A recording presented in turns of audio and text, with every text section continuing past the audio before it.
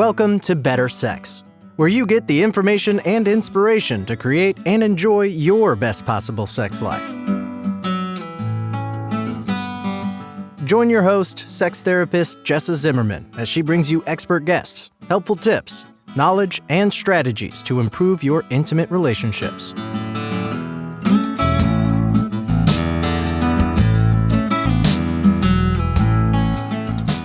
And now, your host, Jessa Zimmerman.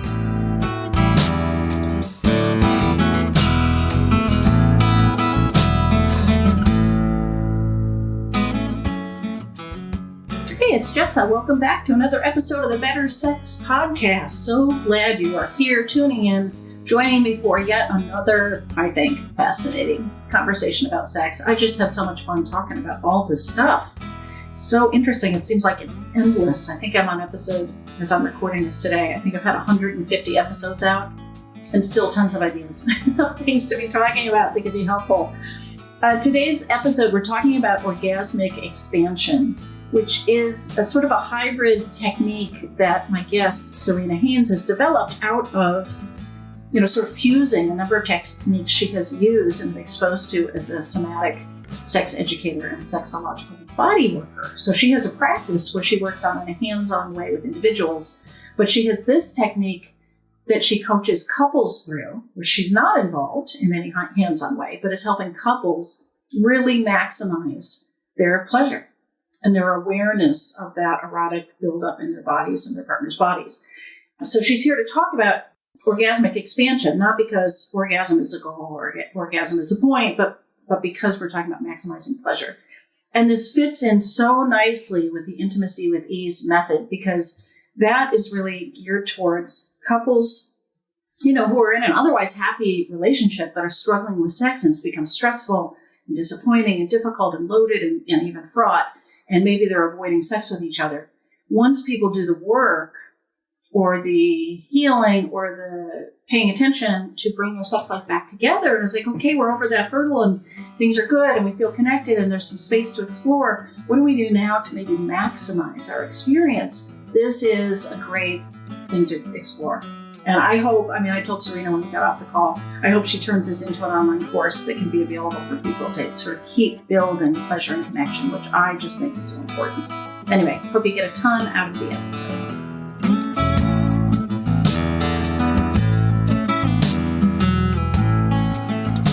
And before we start the show today, it is sponsored by Intimacy with Ease. It's a method to help otherwise happy couples achieve a sex life that is easy and fun for both of them, so that you can actually just enjoy your sex life with zero stress. For more information, if you want to watch a brief little training video that's available, all of that, go to intimacywithease.com. So Serena, thank you so much for being on the show with me. Well, thank you so much for having me. It's a pleasure. So I guess tell the listeners just a little bit about what it is you do, broadly, and then we'll get into orgasmic expansion and how that kind of fits in your work. Sure. Well, I'm a somatic sex educator and a sex coach in the North Atlantic in Canada.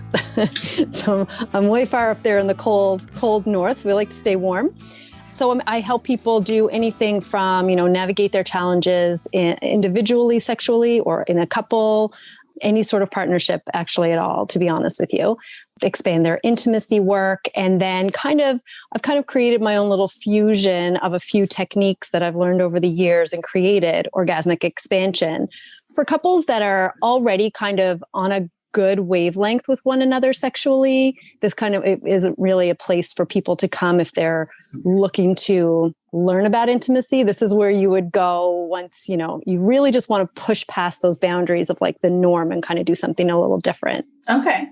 Yeah. So maybe you could define, can you define orgasmic expansion? Like what is this thing? And what did you combine and how, Right. It's a fusion of like slow sex techniques, breathing, orgasmic potential, and like neo-tantric exercises kind of all fused into one. So to walk through it, before you walk through it, because I do want to do that. I'm imagining, okay, so I don't know who listens to my podcast because I throw this out in the ether, right? And I've got no idea, but I'm imagining that some of them are thinking, is this really woo-woo? Do we have to be woo-woo? Like, should we just turn this off now? Because this is, I love that. I don't go there.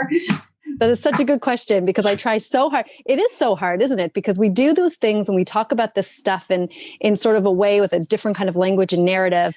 And they'll shut down right away sometimes if they don't think they're going to get it. But this stuff is so tangible and it's so practical. Okay. It's really not anything esoteric. It's really not anything where you need to be, a yogi master or, a tantric practitioner, or anything like that to do. That's my job. That's my job. So this is accessible for like every couple out there. Yes, definitely. Cool. The only couples that I have a very detailed intake when it comes to this specific phase is, this is not something to come to fix your relationship. That's the other stuff that I do, right? Okay. So we'll do that in a separate one. This is when we've come together already. You feel very comfortable, very safe, and you really do want to expand your potential with your partner. Yeah. Okay. So this isn't kind of like a dog or a baby. This isn't going to fix everything. This is the stuff you add on top of an already beautiful sexual relationship. Yeah. Okay, cool. All right. So you want to walk us through it? What is it? Well, so during orgasmic expansion, generally when people come in first, we start out with a few intimacy exercises, a few neo-tantric exercises, if you will. I hesitate to use those words, as you say, because some people really they can't grasp the concept of what it really is. But neo-tantra itself is kind of a really, really, really watered down version of tantric practices. I almost hesitate to use it because I don't want to appropriate that kind of belief system and those cultures. Right. I really do feel strongly about that. I try not to use it too often. I don't use it in my promos or anything. But the idea is to come in and kind of connect on a different level. Connect on we do some eye gazing, for example. We do some touch exercises that maybe you've never done before that sounds so simple. Sitting back to back and just breathing deeply. Couples don't do that. We don't do that on a Wednesday night.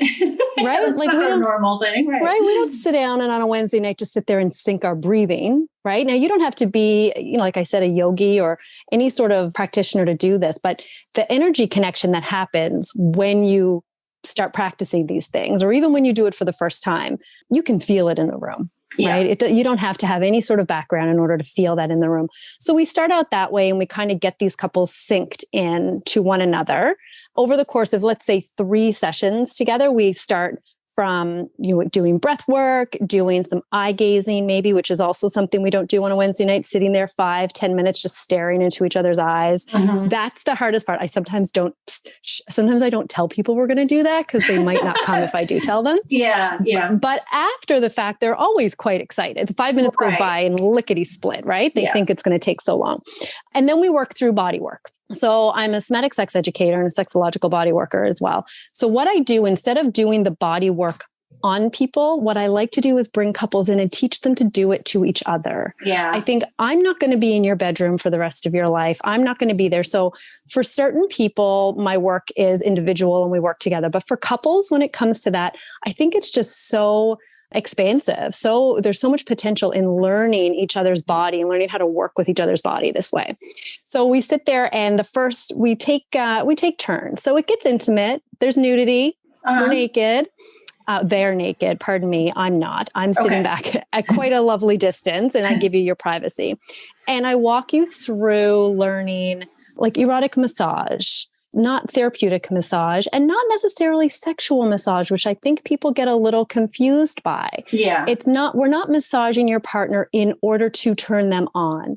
We're massaging your partner in order to let them relax into the art of receiving, right? I'm teaching these people to receive touch, and also while they're giving touch, to receive the pleasure sensations that come from giving as well as the receiving. Yeah. So the partner who is receiving touch will just lie there breathing. We'll work through some breathing techniques of belly breathing, just really deep meditative moments while the other partner is kind of relaxing their body into their sensation. And then we get down to the genitals and we work through things like, and I'll explain these in a minute, but things like genital mapping, genital massage. And then a pleasure component will come kind of at the end. So mapping the genitals, you'd go down, and as the giver is performing on their partner, I'll walk them through what they're feeling. Okay. So the partner is being guided to just breathe and allow the sensations in their body, allow the erotic response in their body to just happen. Okay. We're not focused on it. We're not focused on reciprocating afterwards, like we usually are in, you know, in a couple situation. This partner doesn't have to do anything after this session except relax and go home. So they're being guided into breath work and guided into kind of like feeling into their body. The giver is guided into feeling parts of their partner's body that maybe they've never really felt before. They've just skimmed over it. You skim over the belly, you skim over the sides and the hips and the thighs. You don't melt into those parts. You know, we go from what? The lips to the neck, to the nipples, to the genitals, you know, and then we just kind of like end it there. But what I want to do is get people to kind of go in and, you know, feel the pubic mound. What does it feel like to you to touch that? What sensations are happening? What does it look like? Let's say we have a male-female dynamic. What does this partner's vulva look like right now? What's the color now before we've started? So I'm talking to these people. It really isn't, I don't know how to put it. Like, it's not really so erotic that we're falling away from the reason that we're there, right? I'm guiding them the entire time. In the session. Right. Yeah. So we're guiding the entire time. So it's, what does it look like? You know, are you seeing any changes in color? Have you ever looked at your partner's labia before? Have you ever touched your partner's labia before? And then all of these things are happening while the partner is receiving all of this erotic touch that maybe she has never felt before. Maybe she's never had her labia played with before, massaged. Maybe her pubic mound isn't something that she generally gets kind of like rubbed or massaged or anything. So she's enjoying all of the pleasure. He's enjoying the visual. Okay. So let's call a spade a spade. Visual is really important when we're with our partners, and we don't take that. We turn off the lights, right? We turn off the lights and we pull the covers up and we don't really look, but we take for granted how erotic that visual can be, you know, and what kind of different sensations will come up in your body if you actually take the time to look. So wait, question. Go what ahead. If the person that's receiving this is not enjoying it, or something comes up that they don't like, or this is irritating as opposed to pleasurable, you know, because where's the role for speaking up about that or something? Definitely. And so that comes, I don't want to say naturally, but over the course of the phases, she's been guided or he's been guided to speak up and say that. That's the whole point. The art of receiving is not necessarily lying there and taking what you don't like. Right. It's giving feedback and being able to take feedback as well. Yeah. So that's a whole part of it. So with that said, the way that I'm talking to the partner saying, how does it look? What's going on? So there's a conversation happening. The partner who's receiving could also very well be like, you know, my left labia doesn't feel as good as my right labia. Hey, can you rub on that one a little bit more?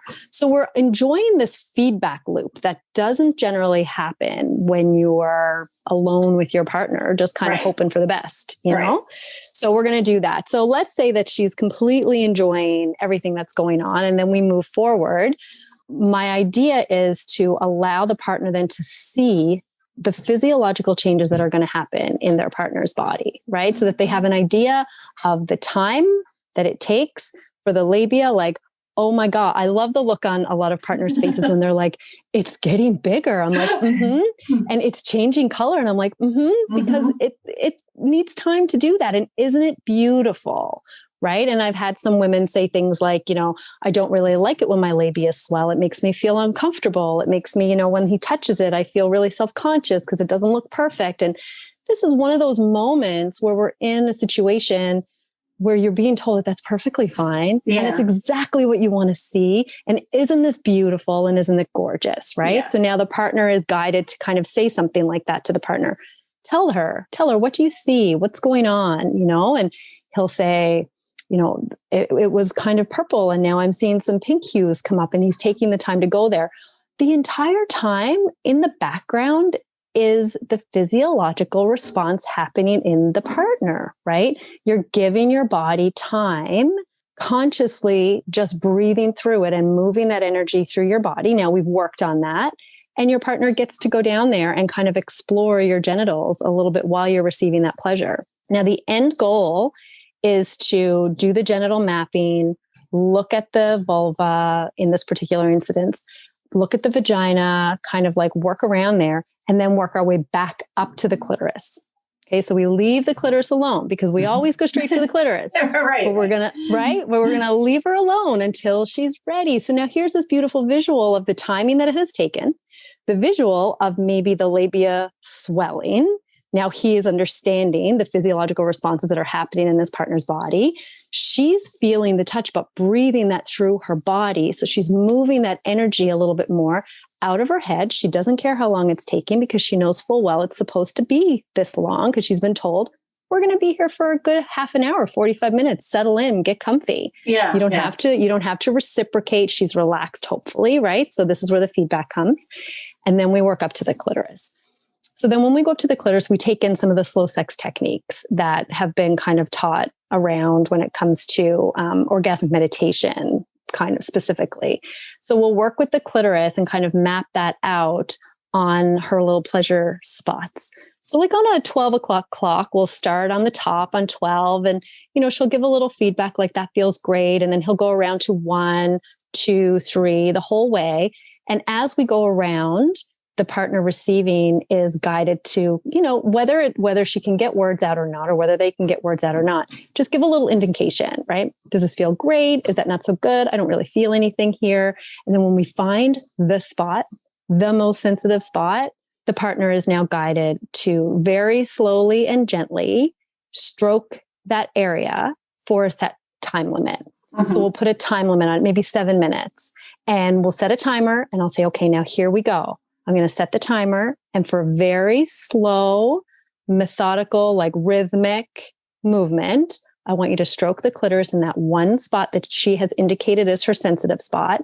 And we're just going to allow her body to work through whatever pleasure happens. So then after that, hopefully there's an orgasm. But if there isn't, that orgasmic potential that builds up in the body is now being moved through the breath that she is kind of working with and being guided through. The heat that's building up in our genitals that we generally keep in our genitals, I'm guiding her now to breathe that in and expand that through her body.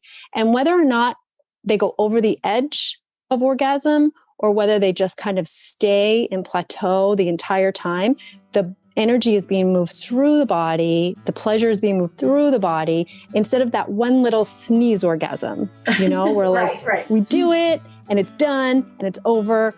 The whole point is to kind of expand that potential into like a longer edging session, if you will, to kind of move the energy through the body and stay within that plateau. Yeah.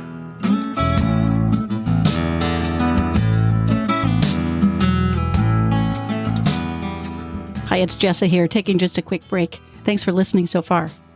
I wanted to let you know about the sex quiz that I've put together called How Healthy Is Your Sex Life? I've taken a close look at the typical ways that I see couples get into trouble with sex, including avoidance, neglect, negativity, distraction, and boredom. And the free quiz will score your individual results based on these factors. And then I provide my recommendations and ideas, including my top 10 sex tips, which will help you make instant improvement. If you'd like to take the quiz and see how healthy your sex life is, you can do it right now at sexhealthquiz.com. If the partner comes to an orgasm 3 minutes into the 7, what happens then? We can do whatever you want at that point. Okay. We can keep going, right? We can keep going because that's always on the table. Or if we become quite sensitive after that, right? So the point is not necessarily to bring you, multi-orgasmic at that point. It really is just to kind of move that energy. So if 3 minutes in, the partner becomes orgasmic and expands and that's it, the potential is there and now we're refracting, then that's totally okay. We can say then at that moment, would you like to keep going? And then it's up to them to decide, right? At that moment to kind of keep going. Some people will say, nope, I'm good. Please, I need a minute, right? Yeah. So then we kind of start over again if we want to, or we'll do it in a different session. Mm-hmm. But if they want to keep going, we give them a minute and then we kind of keep going again. But the thing is, it's not necessarily a a sexual act, right? It's really more of an energetic act. So once that's kind of over, the idea is not to bring you back into orgasm. The idea was to hold you in that potential for as long as we can. So once we've gone over, we may just back it up a little bit and be like, okay, let's relax and we'll try this again another time. So is there anything different in the instructions if it is somebody with a penis receiving this? Well, other than the, stroke technique itself, not really. So we'll do the exact same thing. And then when it comes to stroking the shaft and stroking the coronal ridge, we'll play with everything. We'll kind of be doing like a hand job idea, but it's much slower.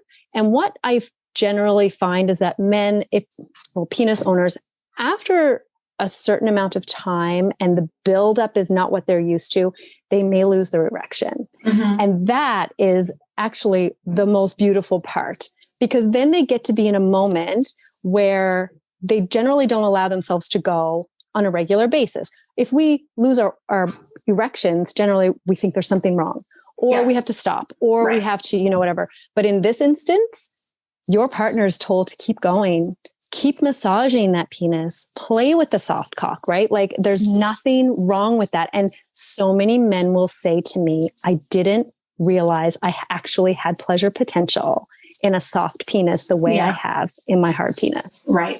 Yeah. So how is this? I mean, obviously it's different than traditional sensate focus, Yes, like what are the similarities, the differences? Is this something people do instead?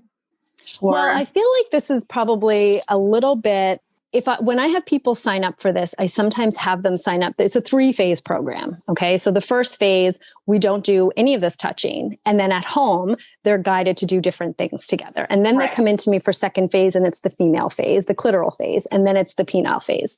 So there's 3 different phases when it comes into it. Sensate focus itself being, take all sexual touch away and add it in slowly is the idea behind this, but only to build up on an already satisfying sex life. So the differences would be, sensate focus being, let's get you back to where maybe you should be, or maybe you want to be after some challenges. And me using kind of the same techniques, taking orgasm off the table. That's not the idea, but using it once you've already maintained that healthy sexual kind of well-being within a couple. Right. Already. So this is a way to keep going after perhaps doing the work that sensate focus would be involved in. So speak to the whole idea of orgasm being the goal of this, or expanse. I mean, as a sex therapist, the way I talk about this is it's very nice to be able to have an orgasm if you want one, like to have that capacity, like to be accessible, but then it's not the point of sex. Like I'm trying to constantly talk people out of this as the goal and the end point. So exactly. So that's the whole thing, is that when I have people in to talk about orgasmic expansion, it sounds like you're going to take that. It's all about orgasm. Right. But what you realize when you come in is that it isn't the orgasm that we're working with. It's the pleasure potential that you're feeling in your body, right? It's that physiological response cycle that's happening in your body, that sexual response cycle that's happening in your body. And we don't ever have to go over the top. You don't ever have to go there.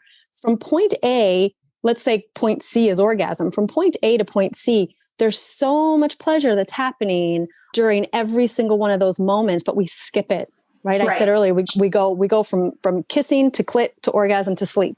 Yeah. And people get so stressed out about that. So if we can bring it so that, the partner who's receiving has orgasm completely off the table. That's not the idea. That's not why you're here. Okay. Sometimes I'll say, look, you're not going to orgasm. You're not going to orgasm. I'm in the room. This is weird. This is not going to happen for you. Please just take that off the table. We're just letting your body respond to your partner's touch, right? We're going to have you learn the art of receiving. We're going to have you learn how to kind of like lie back and enjoy the sensation of him touching your neck, the sensation of the erotic massage that's happening. We're not going near your nipples. We're not going near any of these erogenous zones, right? You're going to take the time to really feel how is your body responding to all the different beautiful touch that your partner gets to give you? And then once we get to the genitals, if it happens, it happens, but that's not the point. The point is to allow your body to expand sexually and for you to move that energy through your body so that you can take that, translate it into a real life situation where maybe you're with a partner, you're feeling erotic potential building up in your body. You're not afraid, quote, afraid that you're not going to have an orgasm because you know now how to move that pleasure through your body and enjoy it for everything that it is, instead of that one little 10-second moment of orgasm and how much pressure that puts on you and your partners and the situation as a whole. Yeah. So what are the most common difficulties or challenges people have in this work? Like, you've worked with a lot of couples, I assume, sitting across the room. What are the sort of most common things that show up as barriers or obstacles or, could derail people a little bit? Right. Well, the idea of having a third party in the room is a big deal for a lot of people, right? Yeah. So, they think in their head, oh, this is going to be this is going to be fun. Now like I said, and I've said this a couple of times, this isn't, you don't come in for session one and all of a sudden we're on, on the table naked. This is over the course of time and we've kind of gotten to know each other, but still there's been moments where we've been, into it. And right away, somebody will say, I can't do this. I don't feel comfortable. I'm kind of shaky, right? Like it's fight or flight right now. Like there's somebody watching me. I'm performing. Those things come up still. Right. So, at that moment, there really is no question. It's not me trying to talk you into it. It's okay. We're done. That's great. Great session. And we'll try again if you want to try again another time. This is really for you and not for me, right? Yeah. This isn't something that I need to do all the time. When it comes to the receivers, working through that moment of all you have to do is breathe, it's really hard for people to shut their heads off. Yeah. Right. Like it's sometimes, I compare it sometimes to going and getting a massage, is that usually people only actually melt into their massage 15 minutes before it's over. So, right. And it takes you a little while, like you have to get them regularly before okay, as soon as I get on the table, I have to be quiet and just kind of like melting because this is going to be a beautiful hour. The same thing happens. Yeah. So it may take 2 or 3 times. Couples have homework to do when they go home. Sometimes they find it much easier to do it when they're home alone, without me there kind of, quote, scrutinizing what they're doing, which I'm not, of course, but that's our egos. I mean, we're all afraid to kind of fail when it comes to things like that. So shutting off our brains is a really big part of it, I think, for the person who's receiving this pleasure. And then the person giving and, their anxiety on, am I doing it right? Is this how you do it? Is this what's going on? And you can tell that they're not actually into the sensation of touch, that they're really into their heads. Yeah. So just working with people on getting out of their heads and into their bodies is really the biggest challenge. Yeah. Yeah. Yeah. I would imagine you've had people break into tears. During couple sessions, I have not, but individually I have. Yeah. Yeah. Individually I have. I feel like during the couple sessions, as intimate and vulnerable as it really is more for pleasure. People at that point, they're coming in for pleasure. But when I work individually with people, it's more working through trauma and working through their blockages and things like that. So individually, the vulnerability comes to the surface a little bit more, I think. Yeah. And so what do you think people's biggest questions are or misconceptions? I mean, you may have addressed a bunch of them when you're talking about how, what these sessions kind of look like and what's happening. Right. But what do you think people's biggest misconception is or fear is of be like, oh no, this is not for me. Right. Well, it might be, Number one is that we're just going to come in and Serena's going to give us hand jobs. That's not, do you know what I mean? Like That's the biggest one. It's a funny one. I think it's kind of a funny one, but you can't help but expect that from people when it comes to, massage parlors and things like that and the language around this job and things, and I understand it and I kind of laugh at it. And I help try to make people feel more comfortable by agreeing with them that of course that's where you would go, but that's not what I do. Right. So that's one of the biggest misconceptions. The other is that I would participate. So I don't participate in the touch themselves. That's something really important that people need to know, is that when you come in, I'm at a very, far off distance. We talk very much about your comfort level. Some couples don't mind me, I don't want to say all up in your face, but like pretty close guiding you. But there are others. We have, a lot of different ways to maintain your privacy. The room is quite large. You're on a massage table. Your partner is working on you. I can be as far away, turn back on, we talk about all of these things before getting into the situation, right? It's I said, it's not a schedule it on Tuesday and Tuesday afternoon, you're on the table. This is like after a week or so, 2 weeks, 3 weeks of sessions and kind of having these conversations with people. So I don't participate in the touch when it comes to couples. I think that that's really important for them to learn how to do on their own. And there have been times where I've been asked to maybe come closer and guide me in what I'm supposed to do. And there's boundaries that are set up prior to session, and those boundaries never get kind of pushed during session, right? Yeah, and consent as well. I've had, we have this moment in session prior to any physical touch where I say, so I lay it out. This is what we're doing today, and we agree to it. And then if there's a point that you're not ready for, let's say, okay, so specifically it would be, we're going to do erotic massage today, and then we're going to work on genital mapping. Are you okay with going genital mapping today, or would you like to continue to work on erotic massage? And they say, just erotic massage, I'm not ready for the genitals. But now during session, somebody gets really comfortable and you get, you let your guard down a little bit. And then during session, you say, do you know what? I'd really like to go and do the genital mapping now. Well, here's the thing. We've already said no to that. So we're not going to allow our brains to take over, and we're not going to change that right now. We'll come back for next session. Next session, we'll talk about it again and we'll go there, but we're never going to go backwards in that consent. That makes sense. Yeah. That makes sense. It takes over, right? Our brain and our pleasure center kind of takes over. We're like, we want more. But after the fact, you didn't want more because logically you might second guess yourself or have some regrets about that, which you don't want to do. Is all of this work done in person, or do you have a way to work through this where people all over the place can do it at home, or, what are the resources for people? That's really challenging for me. I'll be honest with you. I work in person with people locally where I am. I start off these sessions virtually sometimes, doing some of the breath work and the eye gazing and the things like that. I've never actually had a client set who wanted to do it virtually. Mm-hmm. So once that kind of comes up, then, we can work through that together. But I don't know how that would work. Really. I really like being in the presence of the people who are there. I think it sets the tone for the session. I think it kind of sets the expectations a little bit higher than it being just me on one side of a screen. And then I hate to say it, but performing a sex act on the other side of the screen, and there not being protection for either one of us. I think that's kind of a moment where I like keeping it personal. Yeah, that makes sense. Yeah. So where can people find you, find more about you? Well, my Instagram handle is SDH_rewilding. A lot of my content is on there. I like to post a little video every day, giving some intimacy exercises, techniques, tips, and techniques. I have a website as well that's linked through my Instagram. We're kind of in a rebuild right now. And I do local workshops where I'm from as well. Yeah. I imagine you have people coming in from far away, though. Yeah, there's people that travel. Yeah, it's beautiful. There are people that travel when they come in, and they kind of make a weekend retreat out of it. And, they'll come into the city and do their thing and come see me and go have dinner. And it's such a beautiful experience for couples to enjoy together. It's something different.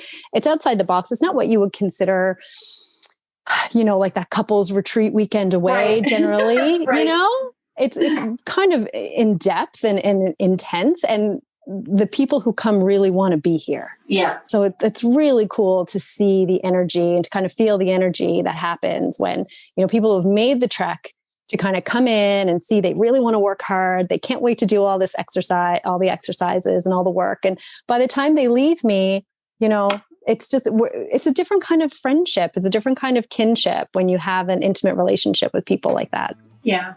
Yeah. Great. Thank you so much for coming on and sharing about it. Thank you so much for having me. I feel like I just want to talk about it all the time so people understand that it's not so taboo and it's not full of, all of the secrecy. And, I think it's something that's accessible for a lot of people. Yeah. Thank you. Thanks, Jessa.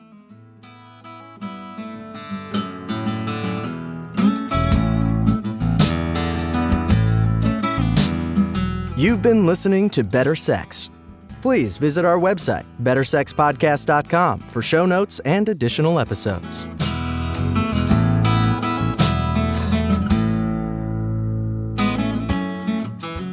And that's a wrap for today. I really hope you enjoyed the episode.